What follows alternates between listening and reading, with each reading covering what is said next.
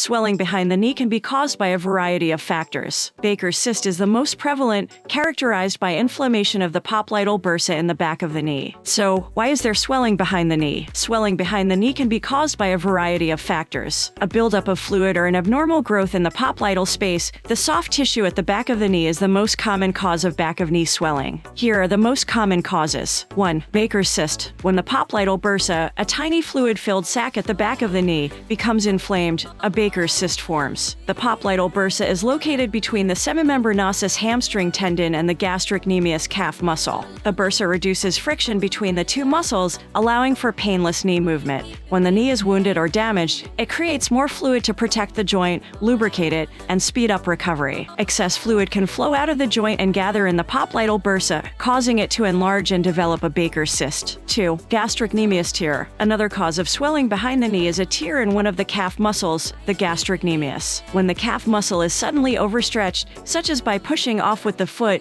a gastrocnemius rupture occurs. And 3. Synovial sarcoma. A synovial sarcoma is a cancerous tumor that develops behind the knee. At the knee, synovial sarcoma, a significant but uncommon cause of a bulge behind the knee. Although a sarcoma is an uncommon cause of swelling below the knee, it is dangerous and requires immediate treatment. When considering the best treatment options for swelling below the knee, it is important to consider the underlying source of the swelling. There are a variety of different disorders that can produce discomfort behind the knee without creating much. I also recommend checking out the link in the description to learn a 5-minute secret ritual that relieves knee pain, and subscribe for daily videos helping you feel well. Thanks for watching.